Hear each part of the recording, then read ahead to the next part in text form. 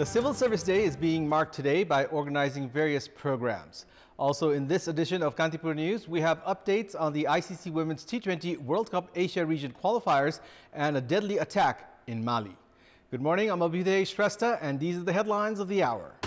Civil Service Day being marked today, the government does not announce its official of the year. Civil Service Administration criticized of being politicized and corrupt.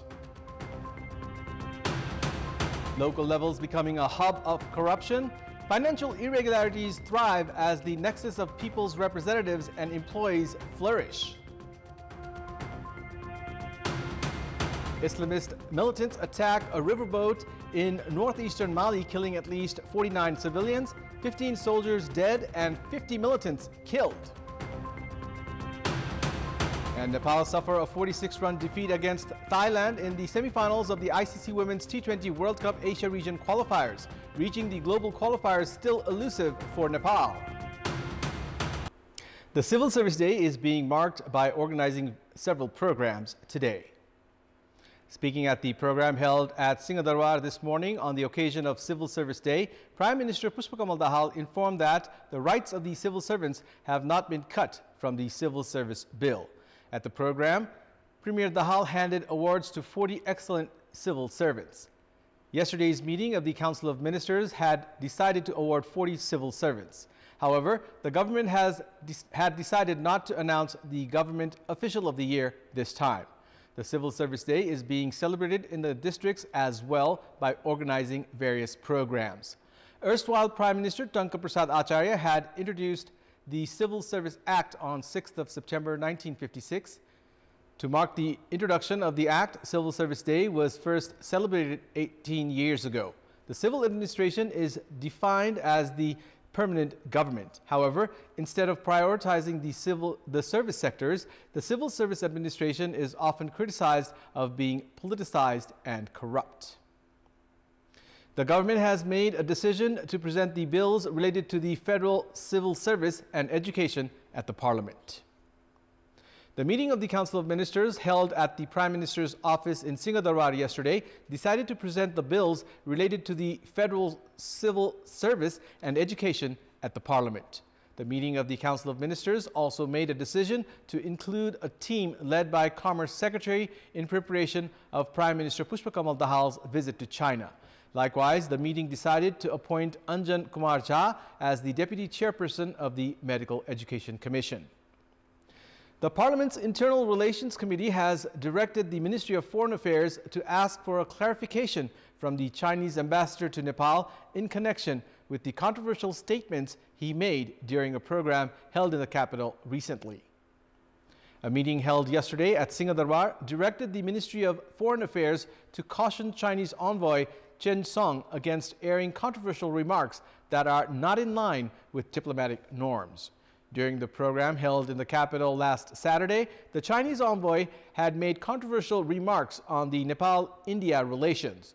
Meanwhile, in another context, Minister for Foreign Affairs N.P. South informed the committee that the ministry could not find the record of the then government's correspondence with China regarding the updated political and administrative map of Nepal that includes the Kalapani, Lipulek and Limpiadhura region. Likewise, Foreign Minister South informed that the government was still finalizing the agendas of Prime Minister Dahal's upcoming China visit, adding that the government has been consulting with various secretaries, former foreign ministers, and ambassadors in this regard. The lawmakers viewed that all the envoys needed to be briefed about Nepal's new administrative and political map. They also urged the government to furnish a reply on why Nepal's new map was not sent to China. The jurisdiction of the administrative hub of the country, Singhdarbar, has been distributed at the local level as the country stepped into federalism. However, local levels have been mired in corruption. Data show that corruption has been taking place at local levels with the coordination of public representatives and government officials. The Commission for the Investigation of Abuse of Authority, CIAA, has received the highest number of complaints regarding corruption at local levels. The CIAA last Tuesday filed a case against 3 individuals, including chairperson of Bishnupur Rural Municipality in Saptari, Umesh Prasad Yadav, and accountant Tek Naran Yadav, alleging them of corruption. Last Sunday, the CIAA filed a case against former chairperson of Liku Pike Rural Municipality Ward Number 2 of Solukhumbu, Ramesh Kumar Basnet, Chief Administrative Officer Rajendra Bhandari, and Accountant Jivan Subedi, accusing them of corruption. These are just a few representative cases. The CIAA has filed 17 cases of corruption by local levels within the 2 months of the beginning of the new fiscal year. Chief administrative officers and accountants, along with public representatives, have been found involved in corruption. At least 20,368 complaints of corruption were filed at the CIAA last fiscal year, while 33% of the total cases were related to corruption at local levels. The CIAA filed 162 cases at the special court after conducting investigations. Likewise, the special court had issued verdicts on a total of 341 such cases, while the corruption watchdog failed to furnish sufficient claims on 237 cases. Meanwhile, experts say that the CIAA must be serious towards the rise in corruption at local level following the implementation of federalism. It may be recalled that a large budget volume has been allocated to local levels since the implementation of federalism. Meanwhile, the nature of cases filed by the CIAA are similar. Most of the complaints are filed against fraud, disproportionate accumulation of property, and illegal profit. This clearly shows that the local level has started becoming the center of corruption. According to data by the CIAA, among the 3 tiers of government, local levels are most involved in corruption.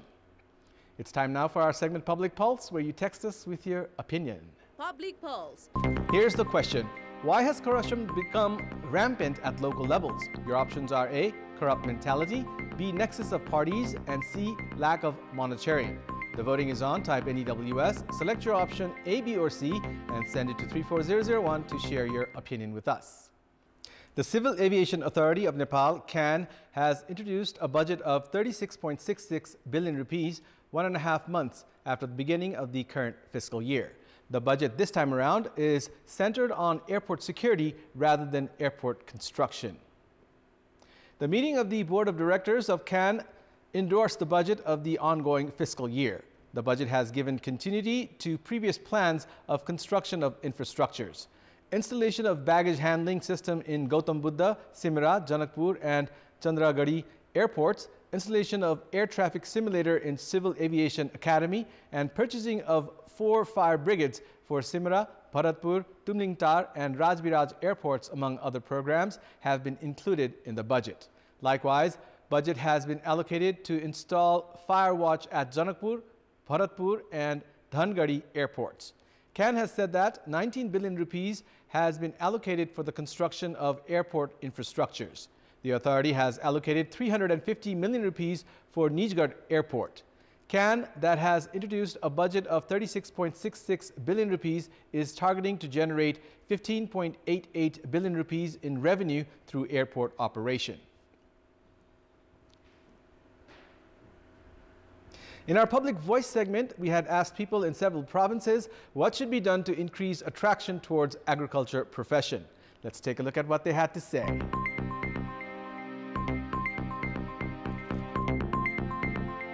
तालिमसँगै अनि अनुदानकै बिना ब्याजको लगानी पनि गरिदिनु पर्यो सरकारले उत्पादनलाई चाहिँ बढावा गर्ने र बजारको चाहिँ मार्केटलाई इन्स्योर गर्ने हो भने चाहिँ कृषि पेशामा चाहिँ कृषकहरूको चाहिँ आकर्षण बढ्छ जस्तो लाग्छ मलाई सस्तो ब्याजमा चाहिँ ऋण अथवा बिना ब्याजको ऋण मल जल यो सबै सुविधा यदि सरकारबाट उपलब्ध भएमा जल बिउ मल खाद यिनीहरू समयमा उपलब्ध गराएमा कृषिमा आत्मनिर्भर हुन सक्छ चाइको राम्रो व्यवस्था हुनु पर्यो नयाँ बिउको उत्पादन बढाउनु पर्यो झोले किसानहरू चाहिँ गएर अनुदान खाने गर्छन् पहिला यसलाई चाहिँ हटाएर वास्तविक किसान अनुदान दिनु पर्यो उत्पादन भइसकेको चीजलाई चाहिँ बजार व्यवस्थापनको लागि पनि सरकारले त्यसको चाहिँ बजारीकरणको चाहिँ व्यवस्थापन गर्नुपर्छ समयमा के भन्छ भने बिउ बिजन र खाद यति मात्रै पूर्ति गर्यो भने किसानलाई भने किसान खेतीमा व्यावसायिक खेतीमा पनि लाग्छन्। उत्पादन भइसकेका वस्तुहरूको कमसेकम बजारीकरणमा राज्यले सहजीकरण गर्यो भने सिपमूलक तालिमहरूको आयोजना गरिनुपर्छ। अनुदानको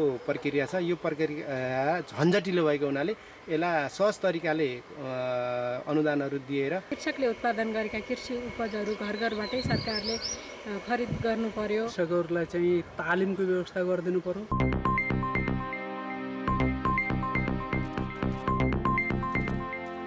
It's time now for the international updates. Islamist militants have attacked a riverboat in northeastern Mali, killing at least 49 civilians. They also reportedly attacked an army camp, killing 15 soldiers, while around 50 militants are said to have died. The government has declared 3 days of national mourning. The Islamist threat has been growing despite claims by the military that Russian Wagner Group mercenaries are turning the tide of their campaign.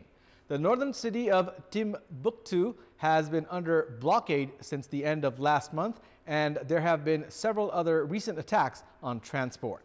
Militants reportedly attacked the boat as it was traveling on the river Niger from the town of Gao to Mopti. Militants also attacked an army camp in the Burnem Circle in the Gao region. Mali has been ruled by a military junta since 2020. There was huge popular support for the junta when it seized power after mass protests against then-President Ibrahim Boubacar Keita. People had been angered by economic uncertainty, a disputed election, and chronic insecurity. At least 6 people have died and more than 6 were still missing after Storm Danielle swept across central Greece, triggering landslides, destroying roads and bridges, and carrying away dozens of cars. Footage from Astritsa near the central mainland city of Karditsa showed rescue operations underway and streets completely swamped due to floodwaters. In the town of Palamas, also close to Karditsa, dozens of people were trapped inside their flooded residences. The mainland port city of Volos, the surrounding mountainous Pelon region, and the cities of Karditsa and Trikala were among the worst hit areas. Since Tuesday, 820 people have been evacuated across the country, 750 of them in the Thessaly region. North Korean state media has said the country launched its first operational tactical nuclear attack submarine and assigned it to the fleet that patrols the waters between the Korean peninsula and Japan. In photographs released by KCNA, North Korean leader Kim Jong-un and high-ranking officials were seen attending the launch ceremony of submarine number 841. Kim said, arming the Navy with nuclear weapons was an urgent task and promised to transfer more underwater and surface vessels equipped with tactical nuclear weapons to the naval forces. It was not immediately clear what missiles the new submarine would be armed with. North Korea has test-fired a number of submarine-launched ballistic missiles and cruise missiles that can be fired from submarines. It's time now for the sports news. Sports news. Nepal suffered a 46-run defeat against Thailand in the semifinals of the ICC Women's T20 World Cup Asia Region qualifiers. Team Nepal won the toss and elected to field first in the match played at the UKM USD Oval in Bangi, Malaysia this morning. Despite losing an early wicket, Thailand made a strong comeback to post 105 runs for the loss of 2 wickets in the allotted 20 overs. Suanan Kaioto was caught by Rubina Chetri off Kavita Kumar. Nannapat, Kancha Royan Kai and Nata Khan Chantam then built up a solid partnership for Thailand. Chantam returned to the pavilion after scoring 31 runs. Kancha Royan Kai top scored for Thailand with an unbeaten 59 off 63 balls, hitting 4 fours. Kavita Kumar and Pooja Mahato shared a wicket apiece. Chasing a victory target of 106 runs, Nepal were bowled out for 59 runs with 3 balls remaining. Kavita Kumar was the leading run scorer for Nepal with an unbeaten 17. Apsari Begum and Kavita Joshi each scored 10 runs for Nepal. All the other Nepali batters failed to reach double figures. Tipacha Puttarong and Onnicha Kamchompu were the pick of the Thai bowlers, grabbing 3 wickets each. With the win, Thailand have progressed to the global qualifiers. In another semi-final clash, UAE defeated Hong Kong by 57 runs to book a spot in the title decider and also qualified for the global qualifiers. The final between Thailand and UAE will be held tomorrow. Nepal are playing their first of the 2 friendly matches against host Myanmar today in preparation for the first stage of the Men's FIFA World Cup qualifiers. The match at Taunna Stadium in Myanmar is scheduled to kick off at 4:15 p.m. Nepal time. Nepal are playing 2 friendly matches against Myanmar ahead of the first stage of the FIFA World Cup qualifiers that starts in Laos next month. Myanmar are also making preparations for the World Cup qualifier match against Macau. As the friendlies are being played within the FIFA calendar, the matches will also have an effect on the team rankings. Head coach of Team Nepal, Vincenzo Alberto Agnesi, has announced the final team with 7 new faces included. Nepal has not yet registered a win against Myanmar, which is in the 160th spot of the FIFA rankings. In the one friendly match played between the 2 countries in 2019, Myanmar blanked Nepal 3-0. Nepal, ranked 175th in the FIFA rankings, is aiming to secure their first win against Myanmar today. Out of the last 5 matches played at home, Myanmar have lost 3 matches and played 2 draws. In those 5 matches, Myanmar scored 3 goals and conceded 9. Myanmar have played 5 matches this year in which they won 1, drew 1, and suffered 3 losses. Meanwhile, in the last 5 away matches played by Nepal, they have settled for 1 draw and lost 3 matches. In the last 5 matches, Nepal have won 2 matches and lost 3. The second friendly match between the 2 countries is scheduled for this Monday. Nepal will face Laos in the first stage of the FIFA World Cup qualifiers on 12th and 17th of October. That's all for the moment. Thank you for watching. Have a good day.